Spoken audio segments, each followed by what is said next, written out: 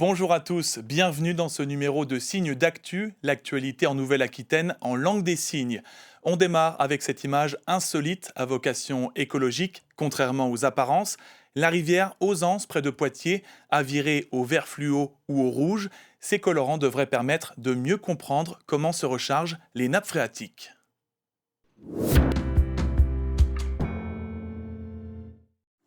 Des teintes vert fluo et rouge dans l'eau de cette rivière. Une substance colorante a été versée lundi dans l'Ausence, à 2 endroits. On a voulu faire un premier traçage sur un endroit où on savait que la rivière perdait de l'eau. Donc on a voulu mettre un traceur spécifiquement pour cet endroit.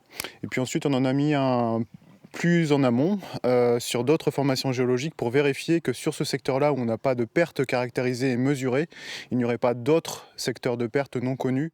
Ce produit n'est pas nocif pour la faune et la flore. Le colorant est visible pendant plusieurs jours avant de se dégrader. Objectif pour le syndicat des eaux de Vienne, comprendre comment se recharge la nappe phréatique où des pesticides sont détectés depuis 4 ans. Cette opération-là est une opération d'amélioration de la connaissance pour essayer d'identifier d'où pourrait venir cet afflux d'eau de moins bonne qualité.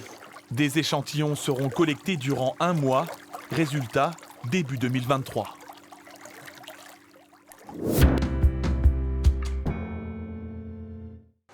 Le renouvellement de la ligne Paris-Orléans-Limoges-Toulouse est en marche. À l'image de ce train-usine capable de changer 500 mètres de voies en une journée. 1,6 milliard € sont prévus pour régénérer les voies. Des travaux de modernisation de l'axe sont également nécessaires, en plus du renouvellement des rames. C'est une ligne qui a besoin d'investissement. Les investissements, ils sont là.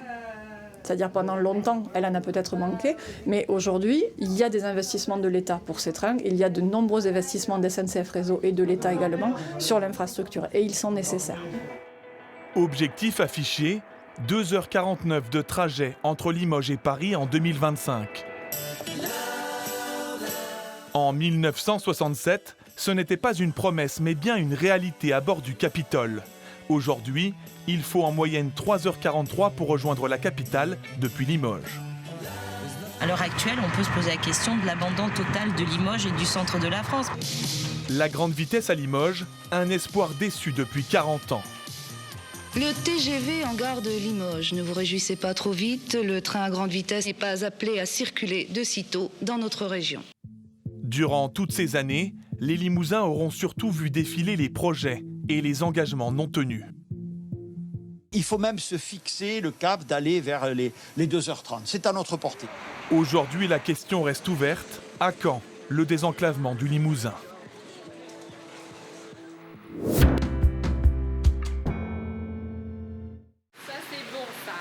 Dans les bassins de soins de l'aquarium de La Rochelle, 3 nouveaux pensionnaires. Ces tortues kawan ont été sauvées d'une mort certaine après s'être échouées sur une plage, épuisées. Quand elle est arrivée, c'est une tortue qui présentait des symptômes typiques des tortues qui souffrent du froid, c'est-à-dire un animal qui est dénutri, qui est déshydraté parce que ça faisait longtemps qu'elle n'avait pas mangé. Elle présentait également un trouble au niveau de la flottabilité, donc un problème pulmonaire. Donc en fait, ça fait déjà 1 mois qu'elle est dans le centre de soins et on suit sa croissance en fait pour voir son évolution. Cette unité de l'aquarium de La Rochelle accueille toutes les tortues en détresse signalées sur les 4200 km de côte française de la façade atlantique. Clairement, ça fait partie des missions d'un aquarium d'avoir une notion de sauvegarde ou d'enrichir des missions de conservation d'un point de vue global. Chaque hiver, le centre peut recevoir jusqu'à une quinzaine d'individus. Au terme de leur convalescence, les tortues sont rendues à leur milieu naturel.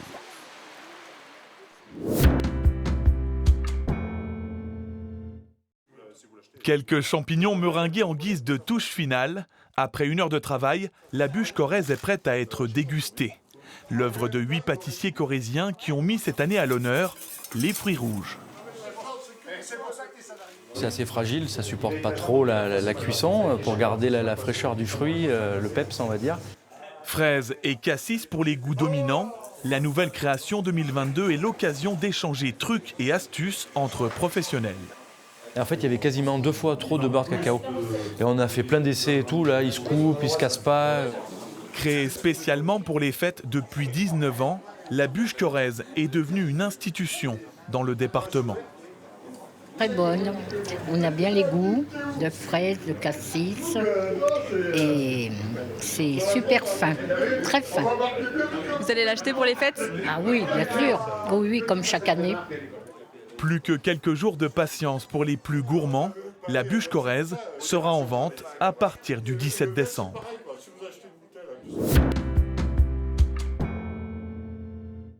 Dans 17 jours précisément, ce sera Noël. Parmi les préparatifs essentiels, la quête du fameux sapin. Et à l'heure où beaucoup de consommateurs privilégient les circuits courts, une entreprise de la Vienne propose de venir directement choisir son sapin en plein champ. Regardez.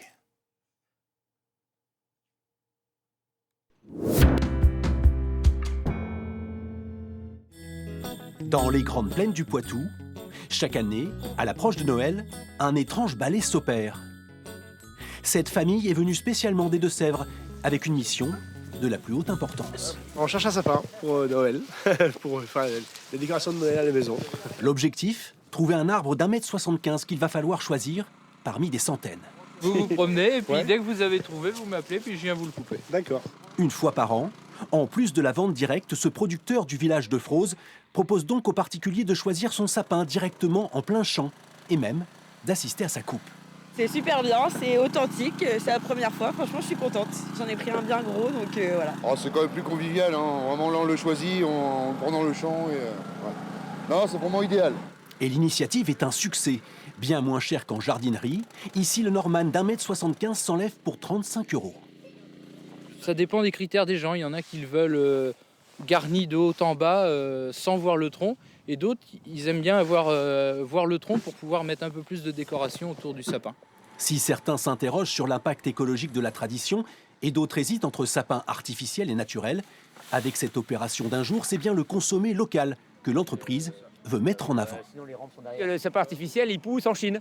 Il pousse en Chine avec du pétrole, donc ça c'est sûr, c'est à 100%. Celui-là, il est bien poitevin. Le plus gros de nos clients, ce sont les jardinineries, les fleuristes, principalement dans la grande région, ou les particuliers qui viennent chercher chez nous à la ferme.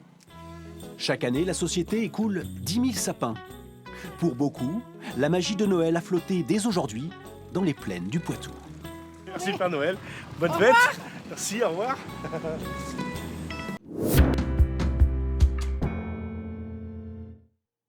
Braver une météo peu clémente pour profiter des joies de la glisse. Samedi dernier, les amoureux de la montagne se sont donné rendez-vous à la Pierre Saint-Martin, première station de Nouvelle-Aquitaine à ouvrir ses remontées mécaniques.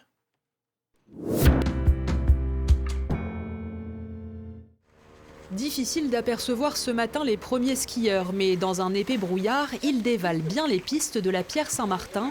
Ces deux amis venus du Doubs pour l'ouverture de la saison savourent le moment malgré la météo. C'est le plan des pistes. Beau domaine, hein. C'est sympa.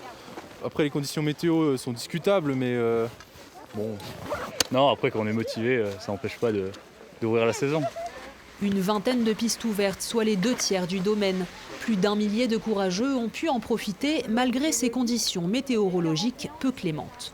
On pensait qu'il allait faire juste nuageux et sans la neige et sans le brouillard, mais bon, c'est comme ça et on aura tenté. On adore skier, donc on voulait quand même faire le premier jour, mais bon, finalement c'est peut-être pas la bonne journée.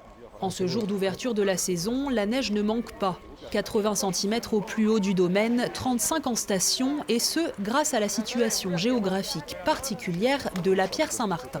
Il me semble qu'on est la station la plus à l'ouest en fait, et je crois qu'on est les premiers servis en termes de neige, voilà, tout simplement. Bon, ça s'explique comme ça, mais on a toujours été gâtés quand on a eu des perturbations qui venaient du nord-ouest. Donc en général, quand ça vient du nord-ouest comme ça, on a de la neige, quoi. En montagne, si l'activité reine reste le ski, elle n'est pas la seule et les plus jeunes sont là pour le rappeler. En fait, ce qui est cool, c'est qu'on peut skier, faire des bonhommes de neige, faire des batailles de boules de neige. Le soleil devrait être au rendez-vous pour la fin du week-end et la semaine prochaine, période sur laquelle près de 5000 skieurs sont ici, attendus sur les pistes. Voilà, c'est la fin de ce numéro de Signes d'actu. Merci de l'avoir suivi. Très belle soirée à tous. À bientôt.